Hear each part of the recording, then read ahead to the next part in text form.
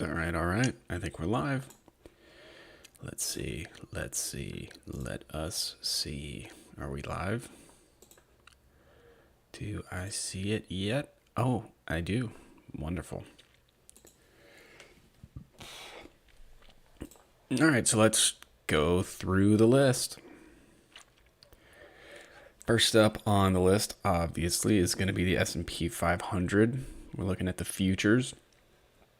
So I think we're definitely in for a bounce. We touched 3,800, I guess, on Friday, and now we're almost back at 4,000. So 200-point swing, or 177-point swing in a day, or a little less than a day. The VIX absolutely got crushed on Friday. Was option expiration day, so that kind of explains why you had that huge swing one way than the other. Pretty typical for an OPEX day. They're hard to predict, but you can definitely like trade it in the day because you'll have a big reversal and then like a lot of momentum with that second move. So one of those scenarios where the first move is the wrong move. But yeah, so I got long XLE about the 82 call in XLE, and I ended up closing that today for it was like $1 more per contract than what I paid because I didn't like what I was seeing. Let's see, what did I do? So I bought it for $4.45, and then I sold it for $5.45. So $100 per contract profit. So I did that. I didn't really like what I was seeing in the middle of the day, or I guess getting towards the end of the day today. But it's more expensive than I like to do. But I wanted to have some sort of long position because it did look like, once we bottomed there at 3,800 and then it rallied so hard, I wanted some kind of protection because my trading portfolio is largely positioned short, betting against a lot of things. And so just so I didn't have a huge drawdown in the account, I went long energy, and it turned out to be a really good trade. And so it actually dampened a lot of the positions that went against me today, and most of them did go against me. So like my bond trade went against me. That one's almost flat again after being up like sometimes 10%, 12%. I'm up just under 2% now, but I'm not really worried about that just yet because I think growth has slowed, and I think even though I think the rate of change for inflation is we're probably at the peak for that, especially going into next month where the Fed's going to start doing QT. So we're probably, I'm in TLT, so I've got a call in TLT, so that expresses my view on what I think inflation is doing and what growth is doing. So I think growth and inflation, I'm betting against it. So, so it's a longer term trade. So it's for January. It's the 120 call. So I think there's a good chance that like that will be profitable at some point this summer. And then I think moving towards the end of like Q3 and then definitely Q4, like it should be fine. Like should be a nice trade.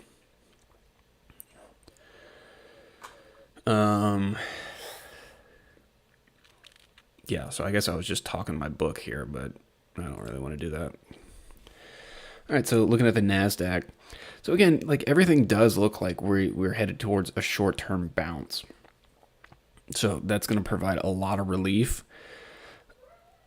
People have been saying that the volume in the market has been really low the last couple of days.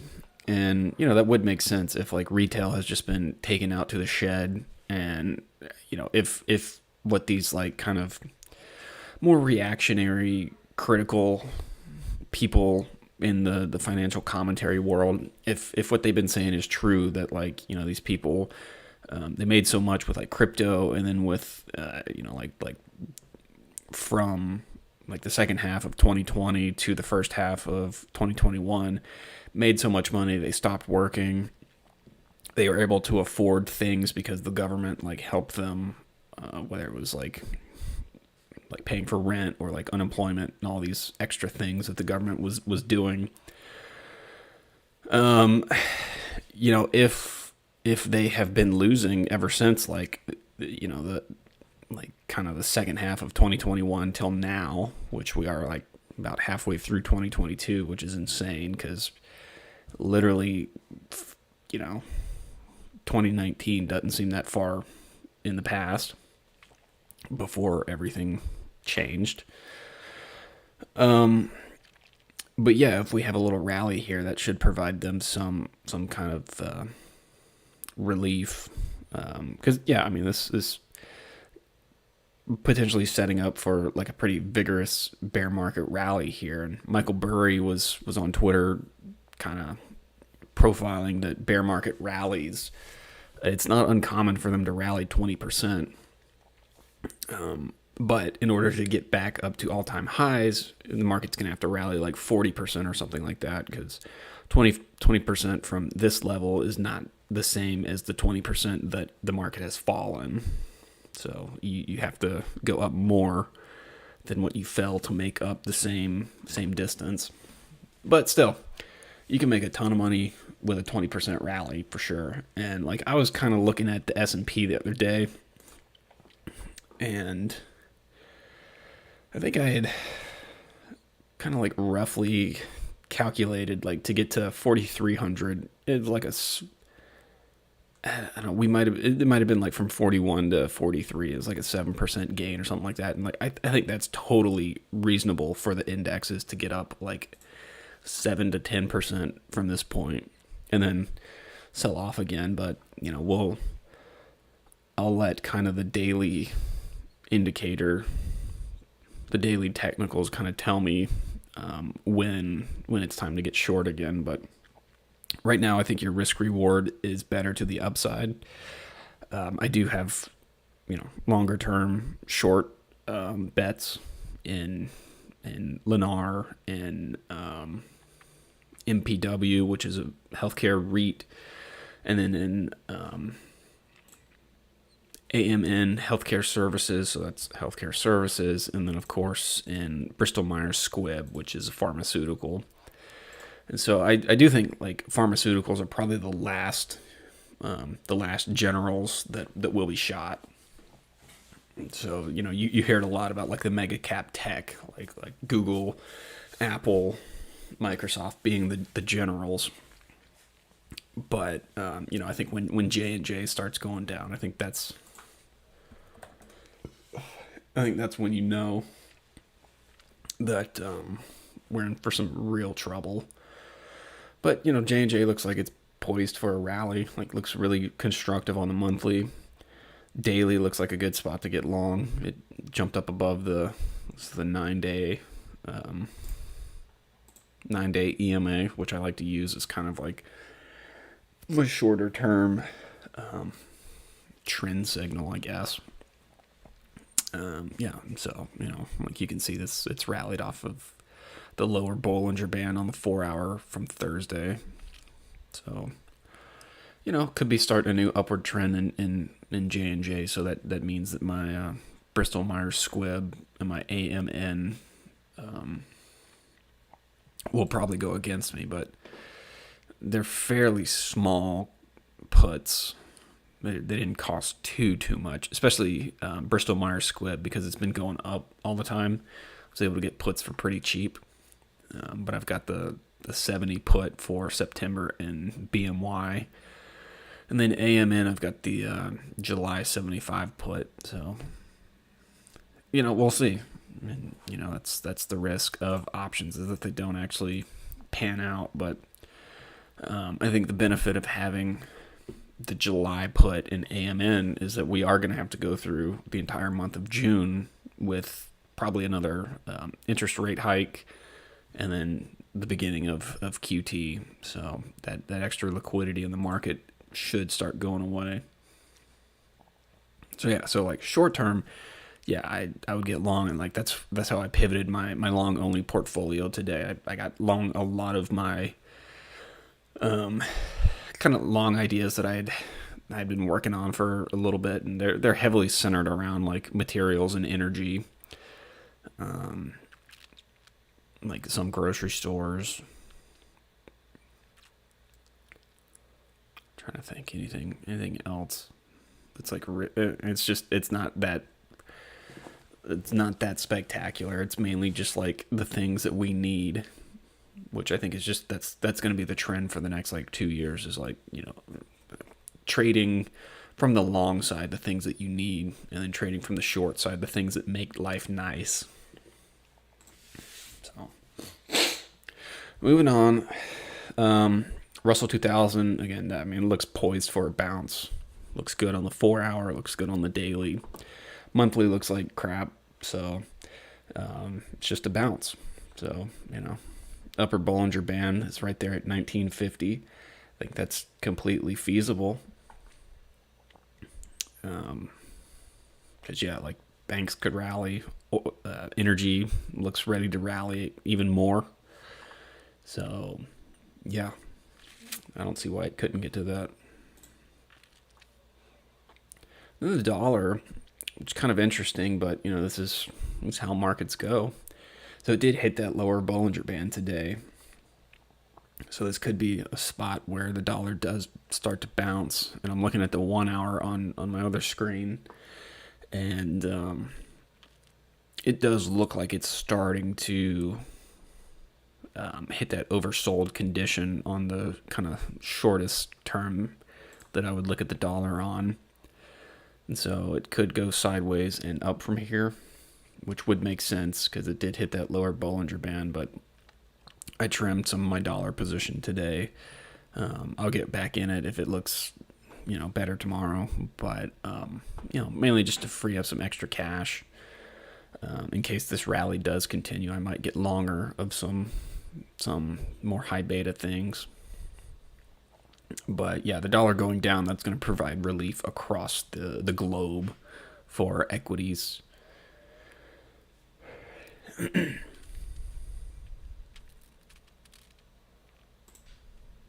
So that's the dollar. And then gold. Gold has been one that on the monthly chart for the last 2 years, it hasn't really gone anywhere. It's gone up and down, but it hasn't really gone anywhere. But right now it looks like it's starting a new trend on the daily chart, like a new upward trend. But on the 4 hour, it looks a little bit overbought. So I would keep that in mind. I've just got GDX in my long only account, so I'm not really convinced just yet.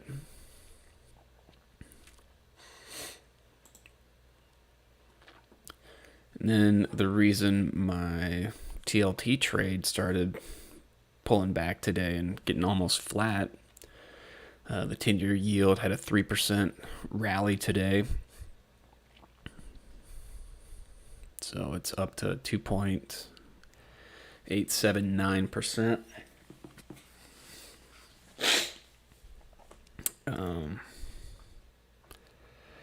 But it is kind of largely honoring these daily Bollinger Bands. But we'll see if it gets over 3, because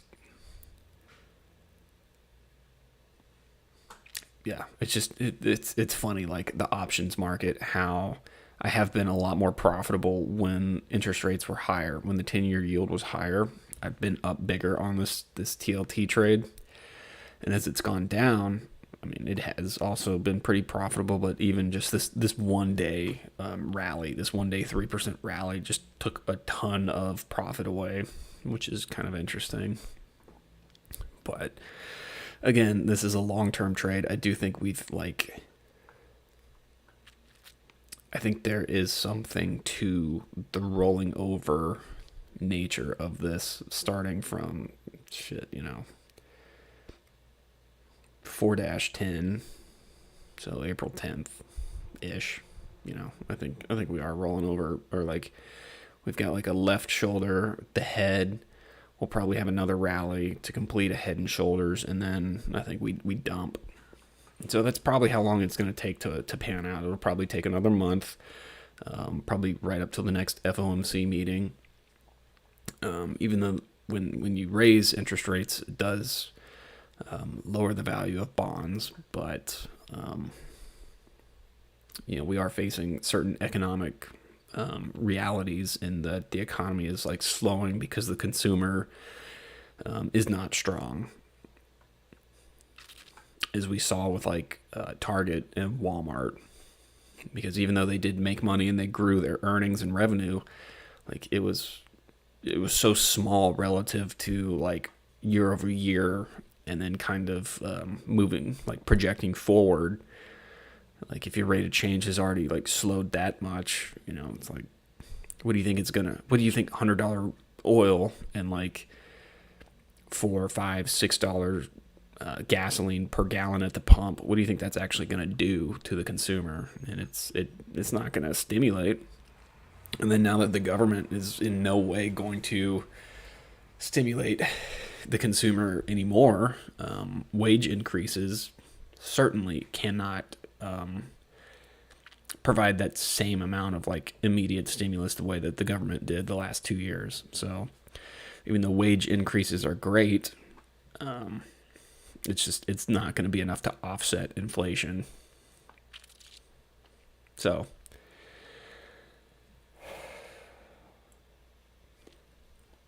I think the economy, like, we're seeing inventories build. Like demand is slowing, but inventories are building, and so that's your typical like commodity cycle, right? It's like you try to bring on all this new supply, and by the time you're able to bring on the supply, there's no one to buy it.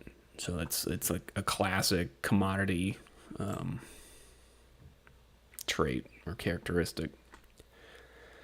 So looking at crude oil, still looking very strong on the monthly chart. So I did buy some USO today in the long only, which I should have had forever, but who knows? Yeah, starting to lose some momentum on the daily chart. And so that's largely why I got out of my XLE call option, because I was looking at the 4-hour chart, and it does look like it's starting to pull back. So I wanted to go ahead, get my $100 profit, and just get out. So just increasing my cash pile, which that's the goal. Then natural gas, on the other hand, looking super strong. So this one I've been in and out of UNG in my long only account, and I've been out of UGA, which is the gasoline ETF. But I got long both those today, and I'm up big on both. But this is one that probably we're gonna let this one ride, because I think natural gas, like the country needs a lot more of it. So does the world. So, yeah. Then coming over to the VIX. So the VIX is bullish on the monthly chart, so that's not good for stocks. But then when we look at the daily, I think you're starting to see that setup where we could have that bear market bounce. So it is rolling over. Like maybe we're also looking at a head and shoulders. So left shoulder, head, right shoulder is starting to form. We're about halfway through the right shoulder. So eventually it should complete and then head lower. Who knows how low it could go? And it looks like 26, 27 are feasible very soon. So I think that's how you're going to get the rally. So, I'm positioned long at the moment, but I do have hedges, but I am long.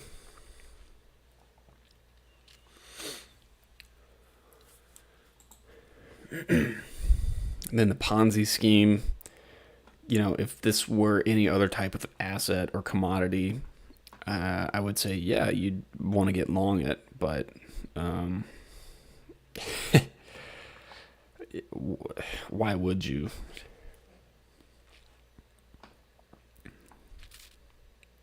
So, yeah, I think it looks a little constructive here, but like, what is the use case for Bitcoin? Besides like besides like transferring like money between currencies in a unregulated system, like what is the use case for this? At least without Federal Reserve support. So, um, yeah. So it looks like on the monthly chart, the Bollinger Band, the lower Bollinger, it has been getting higher, kind of as a response to like the more consolidating nature of the volatility and the trend of Bitcoin. So, um, we'll see. We'll see what it does. But when like the consumer doesn't have like excess liquidity, like there's absolutely no reason to own Bitcoin unless you're doing shady stuff.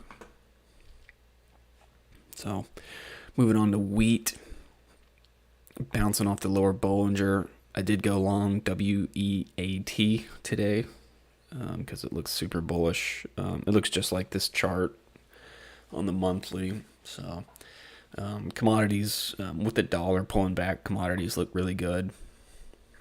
Besides maybe crude, um, but broadly speaking, commodities look pretty good. And then corn good on the monthly. Potentially starting to set up a little support here to go higher on the daily. And of course, on the 4 hour, going higher. So I got long CORN. Ooh, this doesn't look good. So this is soybeans. I guess they've kind of hit their upper Bollinger Band on the daily. I did go long SOYB because that does look good.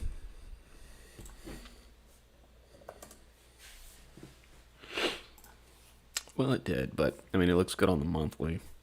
So um, we'll see how that trade goes. I didn't go big on anything I got long today. I didn't go big in a single one of them. All right, and then copper. I think the more China starts to give a plan on how it's going to open up, which I know they did just kind of have kind of bad news on their COVID numbers like today or overnight. Um, yeah, I think the more clarity the market gets with China reopening, the better the price or the higher the price of copper is going to go. So I didn't buy anything that's got copper exposure today, but I might look into like Freeport McMoran or Turquoise Hill. Tips, inflation protected securities. Yeah, definitely not looking great. So looking at the yield curve, so this is the short end minus the long end. Maybe setting up for a bounce. So, I mean, this thing is super bullish, but it is above the monthly Bollinger Band, so it potentially could pull back here because things don't really stay that overbought for that long. But I mean, here it has been for 3 months. And so maybe that's the hedge that I do for my TLT trade is actually put on this long SHY, short TLT.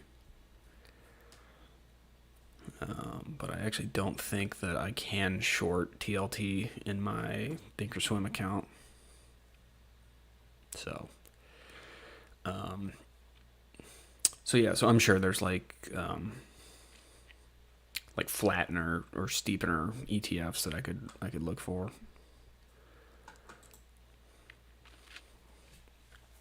So the interesting trade, long Chinese tech, short US tech. I mean, it's still working its way higher, but on the daily, it does look like this does need to pull back. So that's what I've been waiting for, because I am more bullish on Chinese tech because they've been locked down, because they're going to have to reopen, and they're going to stimulate when we are tightening and raising rates. So yeah, so I'm gonna keep an eye on this one.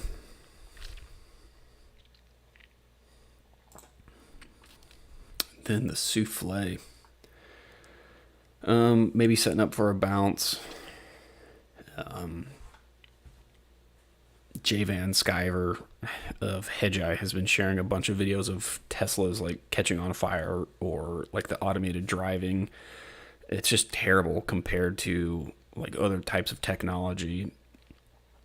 And that makes sense, because like Elon, he's a con man. Like there's nothing like really honest about him.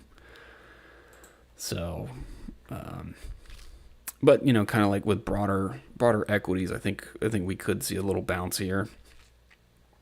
But this is Van Sciver's like number one short idea, and it has been for a long time, but now it's finally working. So this is one that I do actually personally, like emotionally, which is not something that makes people a lot of money, but emotionally I want this thing to rally so that I can short it, because it would make me feel really good to take some market cap away from Elon. So Nvidia, again, like most of these equities have this, unless it's like a commodity or an energy or food, or like certain types of industrials. Most equities have this like monthly pattern where the trend is definitely bearish, but we have hit a super oversold point, and so Nvidia here starting to rally, or well, not starting to rally, but like not going down any further. So I think there's a good chance in the morning this is higher than 169.68.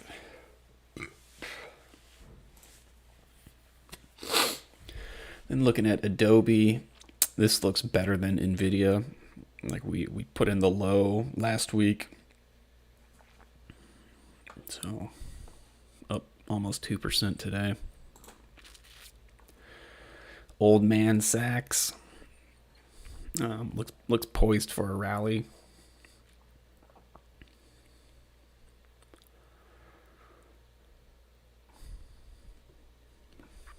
So yeah, and I mean, shit, they do make a lot of money. They do make a lot of money. Then Lennar. So this is a short that I'm going to keep on.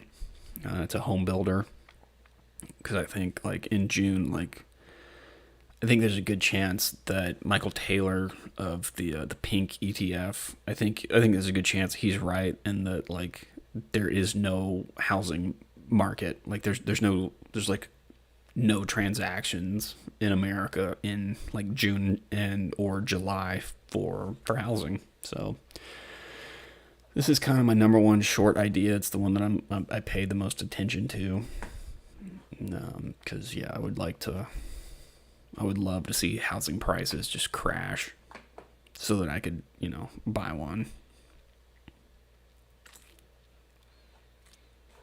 And EQT, this is one that I've traded fairly well. I have a hard time like listening to my gut on this one, because natural gas has been so volatile, and like it is like the widowmaker a lot. I do own just the shares in my long only account, so that's good. That's allowed me to participate in some of this most recent rally from like 2 weeks ago. But yeah, at certain points I did have calls in this that would be very in the money at this point, like $4 in the money at least. So just, like I think I've won on like every one of the trades. It's just like could have won by a lot more, but it is oversold on the Bollinger Band, overbought. It is at this upper Bollinger Band, but down here on the daily chart and down here on the 4 hour and on the monthly, like this thing looks incredible. So, on any pullbacks on the 4 hour, I'm probably going to be adding more shares, and then definitely looking for some calls. So it's all about finding like the longs that just don't go down where everything else is going down. So I like EQT for that reason, because it's got that natural gas. It's a natural gas company. So, yep, but you just gotta wait. And here's TLT. On the squeeze, it looks good on the daily chart. But it does look like we've lost some momentum here, but we have put in like a bottom. Then on the 4 hour, it's pulling back. So just gotta wait. So here's Home Depot. It was down a little less than 0.5% today. This is also like, it's a similar trade to Lennar. I like Home Depot because it's pretty expensive, and it does have a lot of volume traded every day. So it's one that I do want to keep watching, because it's got the home builder and the consumer aspect all in one. So this is a pretty good short.